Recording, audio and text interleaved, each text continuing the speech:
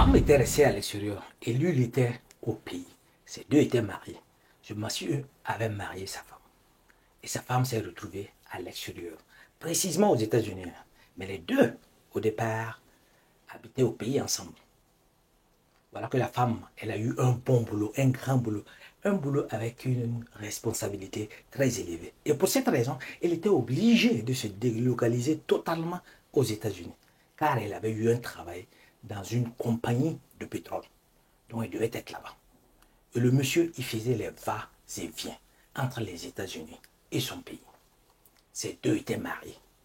Ils avaient même 3 enfants ensemble. Mais comme on dit, le monsieur disait toujours que lui, il n'aimait pas les États-Unis. Il préférait rester dans son pays. Mais il avait des plans. Il avait des plans que sa femme ne soupçonnait même pas. Ce monsieur avait d'autres plans. Et il avait programmé très bien son plan. Et chaque jour, il était toujours en chat avec sa femme. Ces gars se faisaient les vidéos appels, ils discutaient, ils parlaient, ils faisaient leurs différents plans ensemble. Mais le monsieur avait aussi son plan, mais sa femme n'était pas au courant. Parce que sa femme des États-Unis reçoit un coup de fil de son amie. Elle a une amie très fidèle là, qui l'appelle, qui lui dit que, écoute, ton gars, ton mari doit se marier bientôt. Et il doit se marier telle date. Mais la femme, depuis les États-Unis, ne croyait pas. Elle dit non, c'est pas possible. Moi, je discute toujours avec lui. Il ne m'a jamais parlé d'un plan de mariage ou quoi que ce soit. Son ami lui dit, écoute, si tu ne me crois pas, je te fais voir la carte d'invitation. Peut-être qu'ainsi tu auras le cœur net. Donc, aussitôt, l'ami a envoyé la carte d'invitation. Et la femme, justement, elle a pris, elle a regardé la carte d'invitation, elle a lu, mais elle n'y croyait pas. Et elle a décidé de couper son ticket pour arriver, parce qu'elle connaissait déjà la date du mariage, elle savait quand est-ce que le monsieur devait se marier. Donc, elle est descendue. Quand elle est descendue, elle n'a même pas informé le monsieur. Elle n'a pas informé son mari, parce que son mari ne savait pas qu'elle était là. Elle connaissait l'heure du mariage. C'est là maintenant.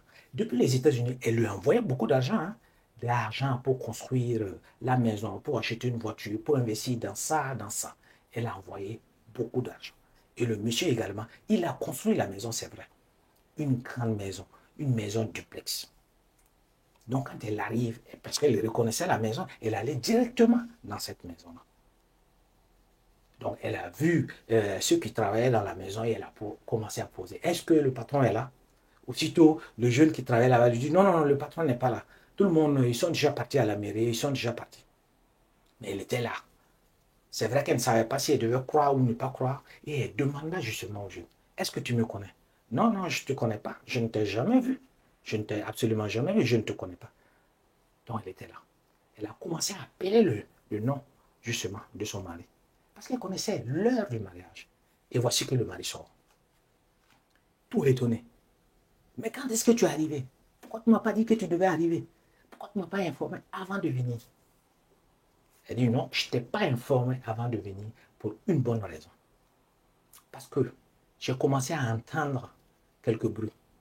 On est en train de me dire qu'aujourd'hui c'est le jour de ton mariage. Est-ce que c'est vrai? Parce que moi, le temps commençait à hausser. Le monsieur aussi essayait tranquillement de tranquilliser la femme. Parce que tout était déjà préparé. Les invités étaient déjà sur le lieu du mariage. Ses parents, les parents de sa future femme, la femme qui devait marier le même jour, étaient déjà là. Tout le monde attendait. Il avait tout réservé, il avait tout payé. Et il avait dépensé 25 millions pour cela. Mais la femme, elle a commencé à crier. Sa femme. Donc, il y a l'autre maintenant qui sort et qui se retrouve devant cette femme, qui commence à lui demander, mais qui tu es?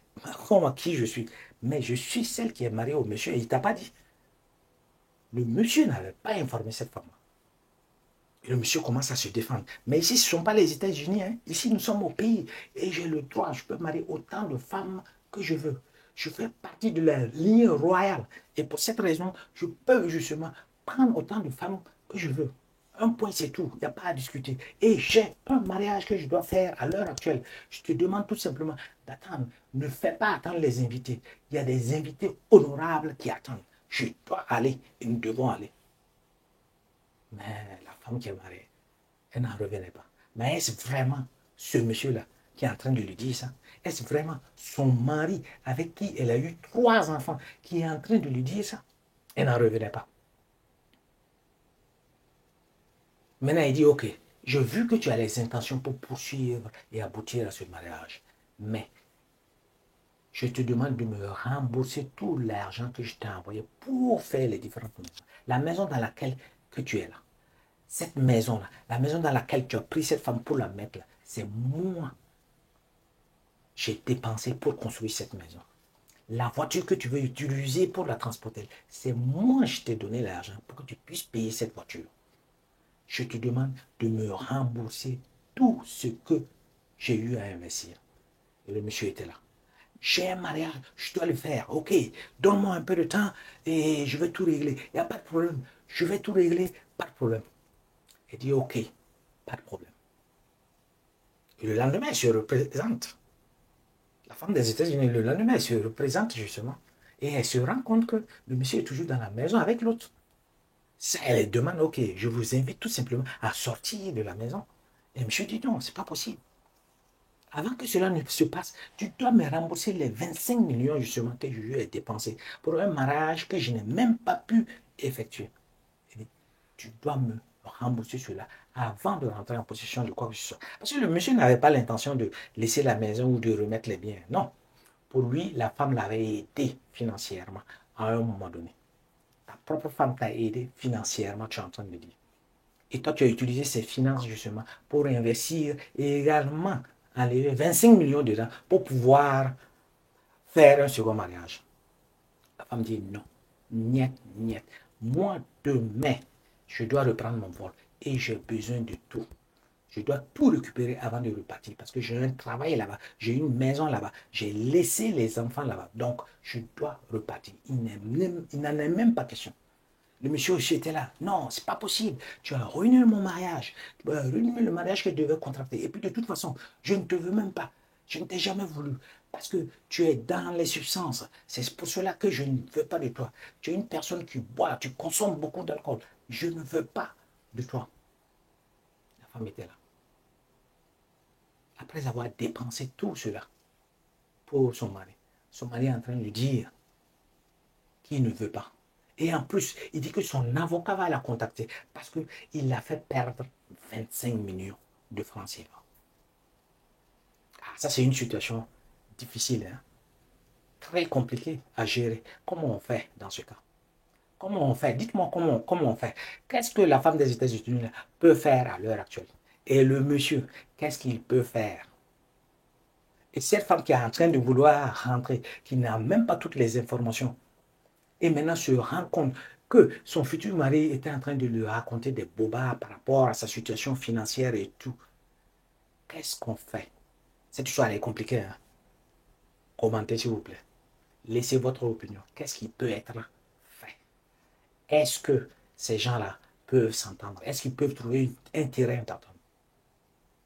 À vous les commentaires. À la prochaine.